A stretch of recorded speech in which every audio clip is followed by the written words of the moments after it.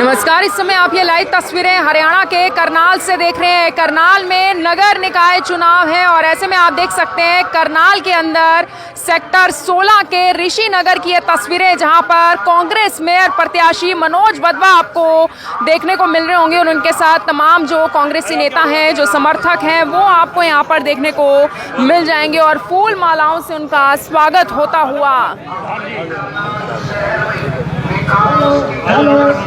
करनाल के सेक्टर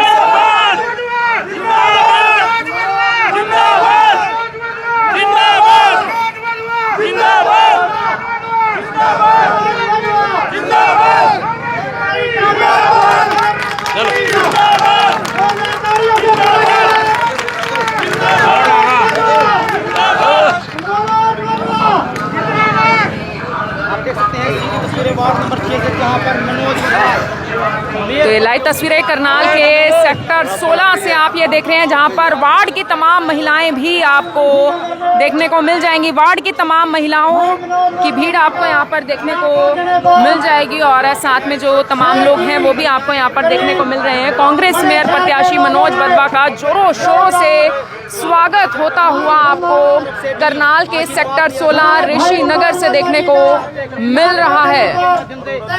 स्वागत किया भाई मनोज वधवा जी, आज के प्रोग्राम के आयोजनकर्ता हमारे अजीत अशोक जी, भाई ओम प्रकाश सलूजा जी, पप्पू जी, उपस्थित सभी सम्मानित बुजुर्गों, भाइयों, बहनों, बच्चों, आपके बीच में आने पर आपने स्वागत किया, इसके लिए आपका धन्यवाद करते हैं, आपका आभार व्यक्त करते हैं। 2 तारीख को आपके नगर निगम के चुनाव होने जा रहे हैं।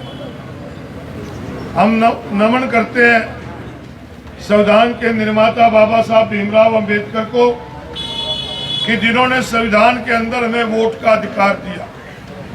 देश की आजादी से पहले वोट का अधिकार कुछ बड़े लोगों को होता था, बहुत बड़े बड़े जागीरदारों को, जेलदारों को, पैसे वालों को। परंतु जब देश आजाद हुआ और संविधान निर्माण की जिम्मेवारी बाबा साहब भीमराव अंबेडकर को दी गई, तो उन्होंने संविधान के अंदर उस समय जिसकी उम्र 21 साल या 21 साल से ज्यादा थी, चाहे वो किसी भी जाति और धर्म से था, चाहे बड़ा था, छोटा था, अमीर था, गरीब था, औरत थी, आदमी था, पढ़ा लिखा था, अनपढ़ था, सबको वोट का अधिकार देकर इस देश के अंदर बराबरी का अधिकार दिया। कि आप अपना कीमती समय निकालकर आज मेरी बात जो मैं आपके सामने रखना चाहता हूं वो आप सुनने के लिए आए हैं। जैसा कि आपको मालूम है कि 2 मार्च को मेयर पद के लिए और पार्षद पद के लिए नगर निकाय के चुनाव होने जा रहे हैं और पिछले 5 साल से, लगभग 10 साल से ही यहाँ की जो मेयर हैं वो आपके सामने रेणु बाला है।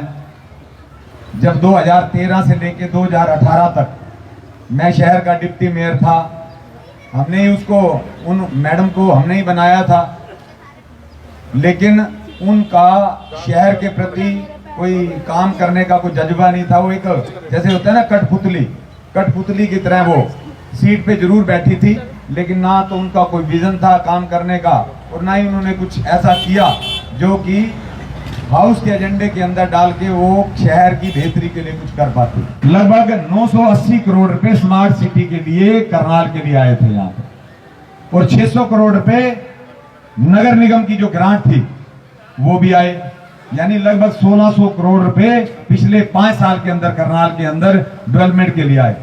लेकिन उसमें से 20% पैसा डेवलपमेंट पे लगा, बाकी सारा का सारा पैसा मियां बीबी ने हजम कर लिया।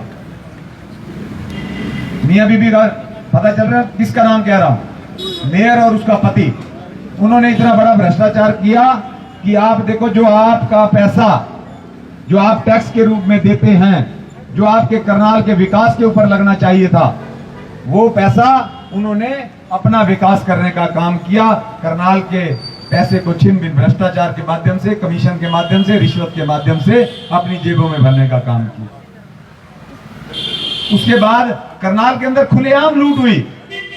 एक एक सड़क को 3-3 बार दिखाया गया बनाते हुए, बनी एक बार लेकिन कागजों में 3-3 बार दिखा दिया। आपने सुना होगा नगर निगम की तरफ से एक गौशाला का निर्माण हुआ फूसगढ़ के अंदर। सरकार 2700 गाय के लिए 30 रुपए पर गाय का अनुदान नगर निगम को देती है, यानी कि 81,000 रुपए रोज के। महीने के कितने हो गए जरा जिसका हिसाब तेज हो बताओ। लगभग आरतिया 24-25 लाख रुपए हो गए, और साल के कितने हो गए? लगभग 2.5 करोड़ रुपए बनते हैं, 2.5 करोड़ से भी ज्यादा बनेंगे। तो इन आपको सुन के बड़ी हैरानी होगी कि हमारी जो गाय हैं जिसको हम माता मानते हैं, आज सड़कों के ऊपर घूम रही है कि नहीं घूम रही? भ्रष्टाचार वर्सेस ईमानदारी।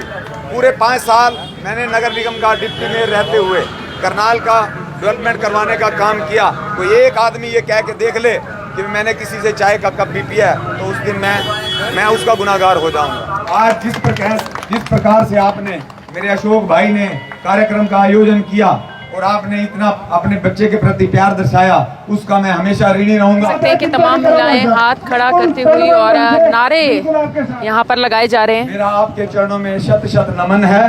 अब आने वाली 2 मार्च को हाथ के निशान पे जो मशीन के अंदर पहले नंबर का बटन है, और आपने उस बटन को ज्यादा से ज्यादा दबाना है और दबाना भी है।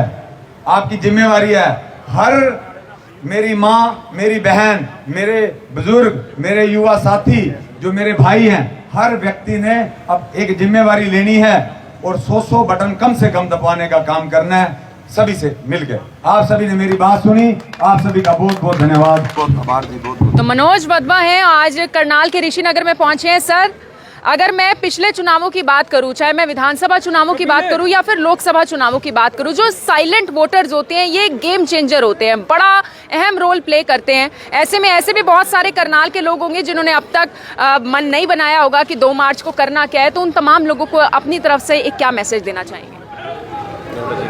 देखिए, पिछले 10 साल से जिस प्रकार से ये लोग सत्ता पर काबिज हैं और बार बार एक ही बात कहते हैं कि आप ट्रिपल इंजन की सरकार लाएंगे तो हम दोबारा से विकास करने का काम करेंगे। शायद वो ये भूल गए हैं। हाँ, भूलना इसलिए है क्योंकि जो इस वाले 5 साल गए हैं वो एक पपेट की तरह मेयर ने काम किया है, क्योंकि उसके आदेश या तो उसका पति देता है या करण कमल से आते हैं। इसलिए उसको ये महसूस ही नहीं हुआ कि भाई इस बार मेरी सरकार थी।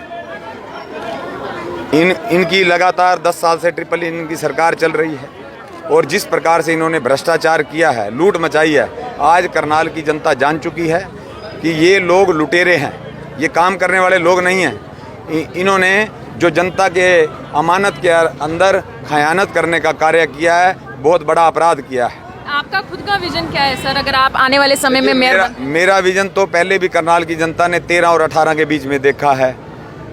भले ओपन एयर जिम हो, वाईफाई की व्यवस्था हो, टाइल वाली सड़कें हों, हर वार्ड के अंदर वाईफाई, वो कम्युनिटी सेंटर बनाने का, प्लेग्राउंड बनाने का, शीरो रूम बनाए गए और बहुत सारे ऐसे काम हैं। मुझे इतने सारे काम हैं, भूल ही गए हूँ। की तरफ से सर घोषणा पत्र अब तक जारी नहीं हुआ, आप कब करनाल के लोगों के लिए घोषणा पत्र जारी करने वाले हैं? 1 या 2 दिन के अंदर घोषणा पत्र जारी हो जाएगा, क्योंकि हमारा बिल्कुल स्पष्ट जो करनाल को लेके हमारा विज़न है। हमने करनाल के लोगों का विकास कराना है, करनाल शहर को विकास की ओर लेके जाना है, क्योंकि इन्होंने तो जो लूटना था लूट चुके हैं। और मेरे हिसाब से जनता ने ये मन बना लिया है कि इस बार बदलाव जरूर करके रहेंगे, क्योंकि बार बार काठ की हांडी एक बार चढ़ गई, दोबारा भी चढ़ गई, लेकिन अब तीसरी बार चढ़ने वाली नहीं। आखिरी सवाल सर, लोगों का कैसा समर्थन, लोगों का कैसा प्यार मिल रहा है? आपने देखा जिस प्रकार से लोग यहाँ आए हैं, मैं रियली में अंदर से भावुक हो रहा हूँ कि इतना प्यार देके। हमारे जो लोग थे वो तो पार्टी छोड़ के पीठ दिखा के चले गए, लेकिन जिस प्रकार से करनाल का मेरा जो परिवार है उन्होंने मुझे संभालने का काम किया, उन्होंने हौसला देने का काम किया है, उससे मैं ये तो निश्चित हो गया कि हमारी चुनाव में जीत होने जा रही है और करनाल की जो सरकार बनेगी वो आम जन की सरकार बनेगी। जो आम हमारे लोग हैं, मेरे परिवार के सदस्य हैं, उनकी सरकार बनने जा रही है। निश्चित तौर पे हम करनाल को प्रगति की ओर ले जाने का। शुक्रिया सर। क्या बताना चाहेंगे मनोज वधवा आज करनाल के ऋषिनगर में पहुंचे? मैं तो आपके चैनल से यही आश्वासन दिलाता हूँ इन वधवा साहब को कि यहाँ ऋषिनगर में और जितने भी तमाम मेरे लोग हैं, मेरे समर्थक हैं, इनको बिल्कुल वोट और सपोर्ट, और एक एक बच्चा, एक एक माता, एक एक भाई, एक एक बुजुर्ग इनके साथ कंधे से कंधा मिला के इनके लिए वोट मांगेगा। आपका नाम? अशोक कुमार। तो बिल्कुल आप देख सकते हैं करनाल के ऋषिनगर में काफ़ी सारे लोग यहाँ पर इकट्ठा हुए थे और अब अपने अगले प्रचार के लिए यहाँ से रवाना होते हुए करनाल के जो कांग्रेस मेयर प्रत्याशी हैं मनोज वधवा आपको दिखाई दे रहे होंगे। मेरी आप सभी लोगों से अपील, इस वीडियो को देखें, इस वीडियो को शेयर जरूर करें और वोट जरूर दें आने वाली 2 मार्च को। आप सभी लोगों का धन्यवाद।